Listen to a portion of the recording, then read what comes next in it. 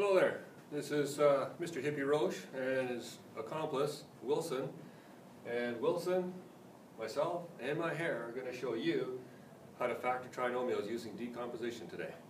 Let's get to it. Wilson, I'm going to sit you over in your usual spot.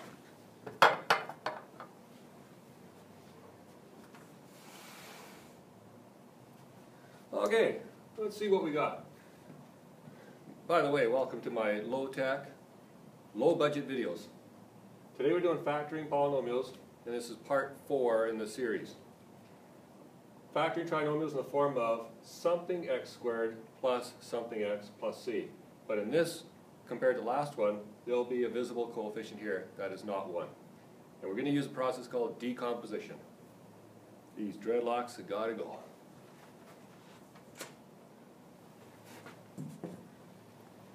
Okay, let's look back first of all.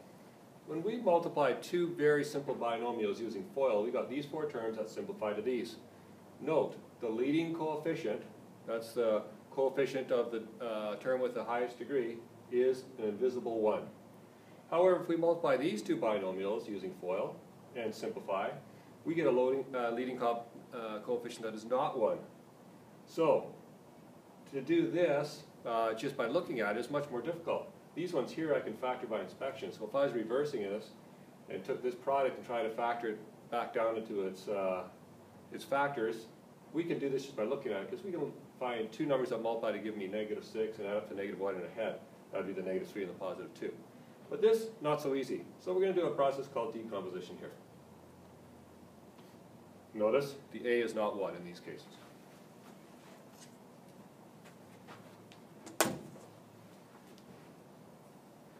Okay, so if the leading coefficient is not equal to 1, then we will break the middle term down into 2 separate terms. This process of breaking down is called decomposition.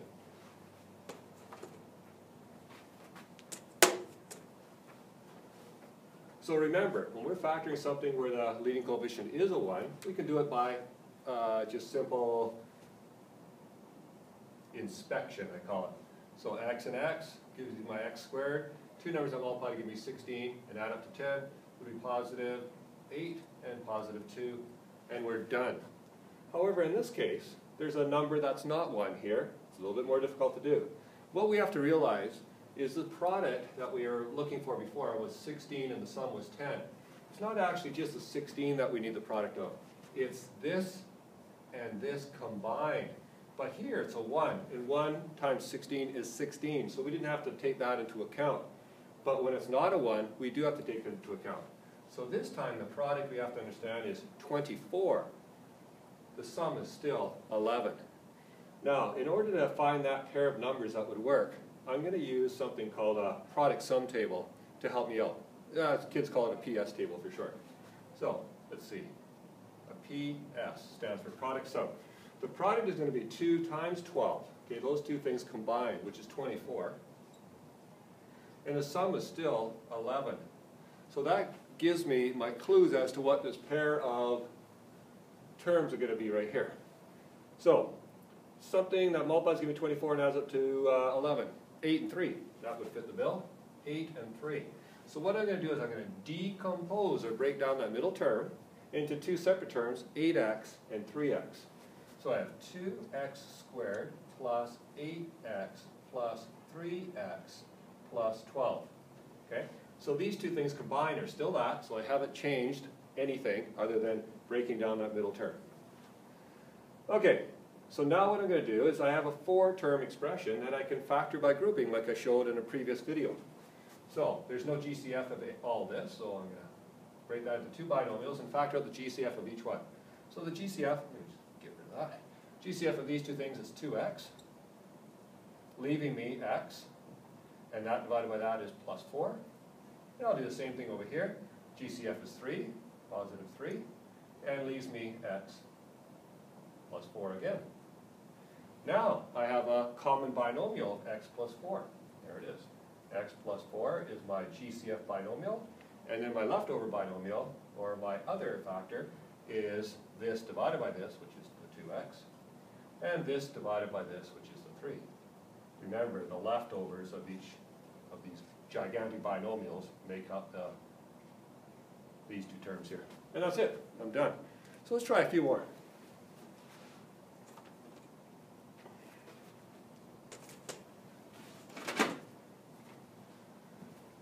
Okay, so again, I have a leading coefficient that's not 1, so I'm going to make a little PS table over here on the side. This time the product has to be 20. And the sum has to be negative 12. The two things that work here would be, let's see, 5 and 4, no.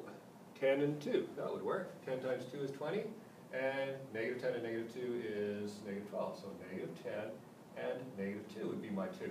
It doesn't matter the order that I break this down, like I can put negative 10x and negative 2x, or vice versa, negative 2x and negative 10x. The work will look different, but the final answer will be exactly the same, but the two factors will be reversed. Okay, so I have 5x squared minus 10x minus 2x plus 4. So I decompose that middle term into these two terms. Now I'm going to factor by grouping. 5x comes out of both of those, leaving me x minus 2. And 2 comes out of both these. And I'm going to take out negative 2. And that way I'm left with positive x, and positive 4 divided by negative 2 is negative 2. Remember, I want these to be identical. So my GCF binomial now is x minus 2. That's the one common to both. And then my leftover terms are 5x minus 2. Done. Another one. 4 times negative 9 is negative 36. And my sum is negative 16. So two things that multiply give me negative 36 and add up to negative 16. So remember, if it's a negative, think of two factors that have a difference of 16. 18 and 2, that fits the bill. 18 and 2, one of them has to be negative because it has a negative product. And we want more negatives when we add up, so the bigger number has to be negative. So negative 18 and positive 2. So I have 4x squared minus 18x plus 2x minus 9, factored by grouping. Now I have, let's see, 2x goes into each of those, leaving me 2x minus 9. And over here, no GCF. So I have to take out positive 1 or negative 1. I'm going to take out positive 1 so that nothing changes in these two signs because they will be the same. Positive 1, 2x minus 9. Okay, so 2x minus 9 is my common binomial. And my leftovers are 2x plus 1. And those are the two binomials that are the factors of that complex trinomial. And two more examples. Okay, I should have mentioned earlier that if we could take out a GCF ever, you always do that before you do anything else, whether it be a difference of squares or just those classic trinomials or even these ones. You'll notice here that I do have a GCF. 30, 80, 40, 10 would go into all of those. And they even have an x in common. They even have a y in common. Okay, so now I write what's left. This divided by this is 3x squared. This divided by this is negative 8x. And this divided by this is positive 4. Okay, so that's one factor. This is the other factor, but this other factor can be factored further. So let's see, a PS table over here. Two things that multiply to give me 12 and have a sum of negative 8 would be negative 6 and negative 2. So I'm going to break that down. So I still have 10xy, don't forget about this factor. And I have 3x squared minus 6x minus 2x plus 4. And now I'm going to factor this part by grouping. Don't forget, that's still to be considered there. So now I have 3x goes into each of those. I'm going to give this a big bracket for now. So leaving me x minus 2. And I'm going to factor out of here negative 2 so that I get the right signs here. X minus 2. And now I can go back to just saying what this, I'm just going to hold on to that for a sec. So this is going to be x minus 2 is my common binomial. X minus 2 times leftovers 3x minus 2. And of course we have this factor as well, 10xy. Okay, sorry about the squishing here. So what we have now is 3 factors. So those might be the dimensions of a rectangular prism or something like that. Okay, let me just make myself a little bit of room here because that will be confusing in the next question.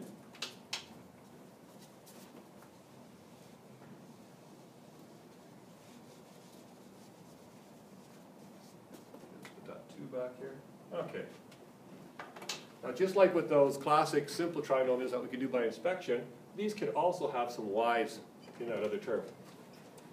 So what I'm going to do is I'm going to decompose this part again using my product sum table. My product is negative 36. My sum is negative 5. Now I have to find two things that multiply to give me 36 have a difference of 5. How about 9 and 4?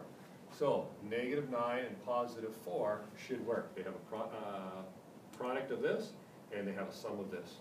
So that's what I'm going to break that down into. 6x squared minus 9xy's plus 4xy's minus 6y squared. And now I can factor by grouping. This part would be 3x, leaving me, that divided by that is 2x, and that divided by that is negative 3y's. And now I go over here, the GCF is positive 2y, leaving me 2x, and that divided by that is minus 3y's. And again, you'll see a common binomial factor, so 2x minus 3y, and my leftover terms are 3x plus 2y. Okay, so that could also be something that you come across. And that's all I have for examples. So hopefully that all made sense. Take notes, bring questions to class if something didn't make sense, and that's it for now. So that's Hippie Roche and his hair saying so long.